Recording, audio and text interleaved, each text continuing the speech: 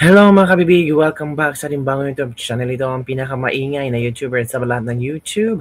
Ako si Kabibig, maglabag-labag na tang with evidence. Ako po, Ping Lacson, talsik na. Wala na, talunan na talaga. Iiyak na yan. Wala na talaga kabibig. Itong si Senator Ping Lacson. And take note, para yatang hanging pa ang Blue Ribbon Committee na report sa flood control. So posible pa ba na ipagpatuloy ito ni Senator Marcoleta or di kaya si Senator Pia Cayetano? Naku po, pinagpipilian ngayon ni Senate President Alan Peter Cayetano kung sino sa dalawang magagaling na lawyer. Naku po, either of the two. Either Senator Marcoleta or either Senator Pia Cayetano. Wow. Galing ng choices. The best majority black talaga ngayon kabibig. Kasi kung if we're talking about lawyers, merong pambato. Senator Alan Peter Cayetano, Chis Escudero, Marcoleta, Pia Cayetano. 'Di ba? Talagang malalakas sila mga kabibig. At hindi naman ibig sabihin sina Ruben Padilla, sina Bato, Bongo, Amy Marcos, JV si Estrada, si Jinggoy, si JV Villanueva, do you think wala silang capabilities, wala silang talento, wala silang ibubuga? Itong mga taong ito, ang nasa majority black ngayon, sila yung brave 13. At lalo silang lumalakas at naging matapang kabibig. 'Di ba? So either Senator Marcoleta or Senator Pia Cayetano. Ano sa palagay ng kabibig? Sino kaya sa dalawang ito ang pipiliin ni Senate President Peter Alan Cayetano? Comment down below. Kasi ang hirap pumili ng mga magagaling eh. Si Senator Pia Cayetano, ano siya malumanay, pero on point. Pero maraming alam na batas. At kung talagang sasagarin mo siya, natural, masasampal ka talaga sa madami niyang katotohanang ibubulgar sa'yo. Mapahiya ka talaga. Senator Marcoleta, alam na natin ang kapasidad ni Senator Marcoleta. Kaya nga pinalitan ni Ping Lacson kasi takot na mabunyag lahat. O eto, si Senator Alan Peter Cayetano, talagang binulgar na niya kung sino ang pinagpipilian nila na magiging the next Senate President. Ito? No? Yan ang pinakahihintay nila, di ba? Let's not preempt the Senate President. Nasa sa kanyang mandato. Anong call niya, di ba? So si Alan Peter Cayetano. Because nga, we wanted a bigger majority and we want to move forward na hindi confrontational pero lumabas lahat ng totoo. So we're considering everyone. We're considering Senator Marcoleta but we're also considering someone else. O sabihin ko na, we're considering Senator Pia. Diba? And then, dati, flood control lang. Now we have to investigate yung ginawa ng NBI. So, sa rules pa namin bibigyan sa Blue Ribbon. Diba? So, it's getting more complicated because nga of the events last week. Having said that, kung panay ganyan yung issues, kawawa ekonomiya natin, kawawa si Juan de la Cruz. Tama. Because nga, we wanted a bigger majority. May point si Senator Alan And we Peter want to Cayetano. move forward na hindi confrontational pero lumabas lahat ng totoo. So we're considering everyone. We're considering Senator Marcoleta but we're also considering someone else. O sabihin ko na, we're considering Senator Pia. Diba? And then, dati, flood control lang. Now we have to investigate yung ginawa ng NBI. So, sa rules pa namin bibigyan sa Blue Ribbon. Diba? So, it's getting more complicated because nga of the events last week. Having said that, kung panay ganyan yung issues, kawawa ekonomiya natin. Kawawa. Tama mga kabibig. So, dapat back to focus na lang tayo. Ito si Senator Marcoleta tungkol kay Senator Bato, pakinggan natin. Warrant coming from a court which has no longer jurisdiction in this country. Yung sinasabi ng mga kasama ko, well, para ano ba, sumulong ko na lang. Anyway, you can exhaust all remedies under the law. What remedies are you talking about? Kung ano ginawa nila kay dating Pangulong Duterte, yun din ang gagawin nila. Do you think makikita pa natin si Senator Bato pagkatapos nilang makuha? Kasi wala na. Kaya sabi ko, hindi niya kailangan pumunta rito. Pero nagpunta siya. Nirisk niya yung buhay niya. Kaya lang namin nakuha dahil sa kanya, wala nang iba. We owe it to himself alone and nobody else. Nobody else. Kung hindi siya pumunta, nobody will blame him. Well, buhay niya yun eh. But he chose to do it. Kaya sabi ko sa kasama ko ngayon, sinong walang konsensyang kakakalas? Yung tao ginawa niya. Gusto mo magpakulong dito? Pwede. Kasi at least domestic law, di ba? You can hire your lawyers. Pwede ka makita ng kamag-anak mo, ng asawa mo, ng pamilya mo. Sa dihig. Sino tutulong sa iyo to? Ako nga nakiusap eh. Makita ko lang si PRRT kasi nandun na ako eh. Can you imagine? I request. O sige, kung ano lang, makita ko lang. Kung ayaw nyo kung makausap, wag na. Makita ko lang kahit 5 minutes. So I can wave my hands. Para ipakita ko sa niya, Mr. President, I am here. How are you? Then alis na ako. So, saan Hindi nila ako pinagbigyan. Ganon din ang mangyayari kay Senator Bato. Ngayon, yung mga Pilipinong, lalo na yung mga iba sa inyo, I'm sorry to tell this, lalo na yung mga iba sa inyo, hindi naman lahat, nabayaran.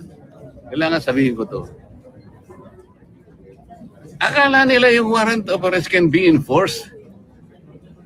Wala na tayong membership sa ICC, sa Rome Statute. Without the treaty, what will be the legal basis of a warrant of arrest? You tell me. Huwag kayo nagpapapaniwala doon sa mga din, mga abogadong nagsasalita ng salita. Nililinlang lang nila kayo. Oh. Anong pinaglapalagi lang sinasabi? Paikot-ikot sila sa Section 17 of Republic Act 1951. Bali-baligtarin nyo doon. Sinasabi niya lahat. Gagawin mo lang. I-surrender mo or blah, blah, blah in accordance with extradition laws and treaties. Meron tayong extradition law? Wala. Meron tayong treaty? Wala. Anong basis ng warrant of arrest? As simple as that. Is there an automatic domestic instrument that will bind our country with that of ICC? You tell me. Senator, sabi ko ng OSD, di ba? Enforceable naman. Halika dito, hindi kita nakikita. Sen, after nung what happened on Wednesday, sa tingin mo na solidify lalo yung Ha? Na-solidify yung samahan ng after 13. nung what At happened on nakonsensya ba Wednesday? si Senator Miken? I don't know. Sinabi ko lang yun because yun ang totoo eh. Sabi ko nga, ito lamang ang takeover na walang blessing sa Malacanang. Lahat ng takeover may blessing. Pero ito, hindi nila alam to. Ang tao nagbuwis ng buhay. Tama. Yun ang importante. Tama. Buhay niya yun. So, Paano mo i-disregard yun? Walang blessing sa mataas. Walang blessing sa BBM. Kaya mas masahol pa kay Judas. Yung maghuhudas sa amin. So, nakonsensya si Senator Mix. Wala akong sinasabi. Wala akong sinasabi. Tama na po. Okay naman. Teka. O ano? Sige, ano? Sabi kanina po ni Senator Mix yun nga parang nakonsensya. Hindi na gusto yung nangyari sa Hindi, wala kami pag-uusap na gano'n. Huwag na kayong magbanggit ng kung sino. Sinabi ko lang yun sa grupo namin. Hindi namin kagrupo si Senator Mix. Okay? Sir, sorry, yung nangyari po nung Wednesday, nandito din kayo, sir, di ba? Nung nagputukan. Oo, kaya lang. Nakaupo ako ron. Nag-iisip, bakit kaya nangyari? Nalulungkot ako. Sabi ko, bakit kaya nangyari sa bansa namin ito? Pagkatapos, sari-sari, kami raw ang nag-instigate. Kayo ba na? Sino ba ang gaano kayaman ang imagination ng isang tao na kami gagawa, no? nagko-caucus kami, in-extend namin ang caucus dahil ang sabi nila darating, tumawag ang House of Representatives. Totoo naman na diniliver nila, sinabit nila yung articles of impeachment. So habang nagbi-briefing kami, hindi pa kami ganong nakakalahati. Bigla nga ngayon, may putukan na ganito. Diyos ko ka. Natakot din kayo. Hindi ako natakot, nalungkot ako para sa aking bansa. Kailangan bang mangyari? Why? Sir, was the Senate really under attack during that time? What do you think? Kailangan pang nandun yung mga elemento na yun? At sasabihin pa, meron daw, ano na, may kinukonsulsi daw yung ganito. Kung mayroong problema, bakit hindi ang National Police ang tawagin? Bakit ang DI? Unang-una, anong ginagawa ni Trillanes? Bakit siya magsaset? Palagay mo may warrant of arrest. Palagay mo lang. Why is Trillanes the one serving the warrant of arrest? Correct. Did you ever ask him? Wala na. Nanonood ako sa inyo. Wala man lang nagtanong sa inyo eh. Sir, ano ba bang authority niyo? Bakit kayo po yung nagsaserve? Did you ever ask him? Wala. Tinanong naman, sir. Oh, ano sagot niya? Ang sagot niya, nandito daw siya kasi in answer to, sir, ano daw yun? Sabi, challenge daw kasi ni Senator Baton. So yun, kabibig. At alam niyo ba, kabibig, ito pa kabibig, nakita ko, mas masahol pa sa Judas daw di umano ang kakalas sa grupo ng Brave 13. Wow!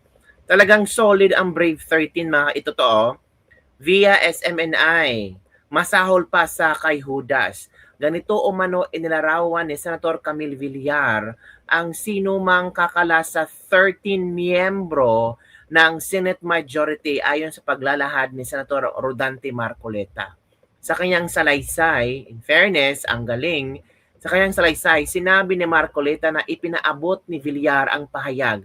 Sino man sa atin ang kakalas sa ating grupo, pagkatapos nating makita ang pag-aalay ng isa sa atin, sa palagay ko, mas masahol pa siya kay Judas. There you go. Grabe. Matapang, Brave 13 na talaga. Ayan na, lumabas na ang mother instinct ni Mami Camille. Ganyan, manindigan, kinutya at pinagtulungan kayong Senate Majority dahil sa inyong paninindigan for an independent Senate.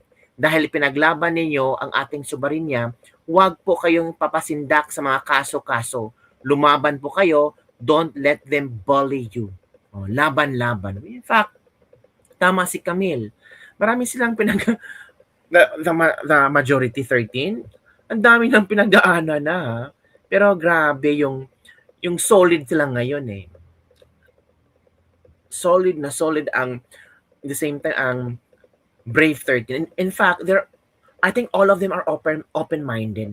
Walang maski galit sa isa't isa. Talagang nag-uusap sila, pinag-uusapan ang dapat gawin. Yung walang nag-aastang leader. Kasi si Senate Alan Peter Cayetano, leader siya, pero at the same time, nakikinig siya sa suhestyon, sa kung ano ang gustong ipaabot ng kanyang grupo. So meaning, a good leader is also a good member. Hala ka mga kabibig. Yun na nga ang ating libak-libak for today. So sa inyo kapag kabibig, sino ba ang karapat-dapat na maging Blue Ribbon Committee Chairman? Senator Marcoleta or Senator Pia Cayetano? Either of the two. Kasi, pwedeng ang vice chair, si Marcoleta, ang chairman si Pia, or si Marcoleta ang chairman, vice chair si Pia. Magandang kombinasyon, 'di ba? Para walang away, and I'm sure hindi naman sila mag-aaway. Kasi alam naman nila kung ano ang ginagawa. Puro trabaho to mga kabibig. Salute tayo sa matapang na 13. Hindi sila na chika-chika kasi kahapon, madadagdagan ng 3. Pero hindi eh. So, Brave 13 pa rin sila. In fairness marami ang humanga sa kanila na kahit sinasabing stage daw or drama lang daw yung nangyari sa Senado, ay ipinaglalaban nila, hindi, totoo yan. At pinapakita nila sa sambayan ng Pilipino na heto kami, kompletong 13 na tutulong para marisolba, lalo na ang flood control. Ito na, ang flood control anomalies. Kung makakaupo si Senator Marcoleta or Senator Pia Cayetano, nako po, mabubuksan ulit ang libro. And I'm sure, yung 18X Marines, nako, uupo yan sa investigasyon at malaman na talaga, excited tayo. Mas, ito, kumpara sa impeachment ni Bibi Sara, no? Itong 18X Marine, ito yung pinaka-exciting na revelasyon. Dito mo talaga makikita ang mga kurakot. Diba? Kasi may mga ebidensyang klaro, may mga video at kung ano-ano pa. Kumpara sa impeachment, alam naman natin political yan. Alam naman natin na ayon na kay Bibi Sara sa 2028, so kaya na ma-impeach. Pero itong 18X Marine, pera ito ng taong bayan. Kinurakot ng mga gahaman. So mas exciting to panoorin. Mas exciting na ito na malaman ng buong Pilipinas. Yun lang kabibig. Don't forget to like, subscribe, and share this video. Bye everyone. See you next time.